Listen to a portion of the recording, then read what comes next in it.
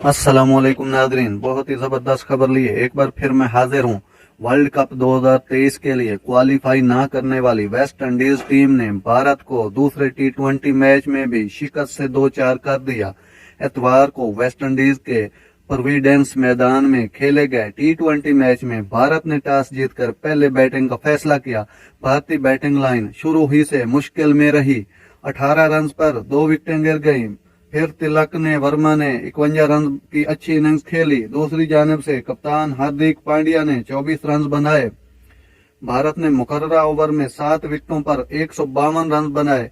West Indies की जानिब से अकील हुसैन, अलजारी, जोसेफ और मारियो शेफर्ड ने 2-2 विकेटें हासिल की। 153 रन के हदफ के ताक़ुब में वेस्ट इंडीज की 2 विकेटें पहले ही ओवर में गिर गईं, लेकिन निकोलस पूरन इस मौका पर डट गए। उन्होंने 4 छक्के और 6 चौके लगाए और 40 गेंदों पर 67 रन की शानदार इनिंग्स खेली। इसके अलावा पॉल 21 और हिटमेयर ने 22 रन बनाए। ताहम आखिर में अकील हुसैन ने 16 और अलजारी जोसेफ ने 10 रन की नाकाबिल शिकस्त इनिंग्स खेलकर वेस्ट इंडीज को 2 विकेट से फतह दिला दी। वेस्ट इंडीज को 5 मैचेस की सीरीज में 2-0 की बर्तरी हासिल हो गई है। दूसरी जानिब वेस्ट इंडीज से मुसलसल दूसरे टी20 मैच में शिकस्त पर भारतीय टीम तनकीद की जद में है।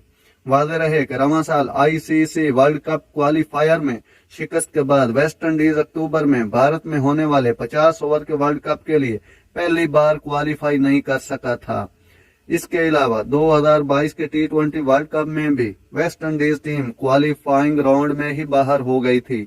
टी20 वर्ल्ड कप के क्वालिफाइंग राउंड के मैच में आयरलैंड ने वेस्ट इंडीज को शिकस्त देकर सुपर 12 मरहले के लिए क्वालिफाई किया था और साथ ही वेस्ट इंडीज को टूर्नामेंट से बाहर कर दिया था। नाजरीन, ये थी आज की जबरदस्त खबरें जो मैंने आप तक पहुंचाई। अगर मेरा वीडियो अच्छा लगा हो तो मेरे चैनल को सब्सक्राइब जरूर कीजिएगा। अल्लाह हाफिज।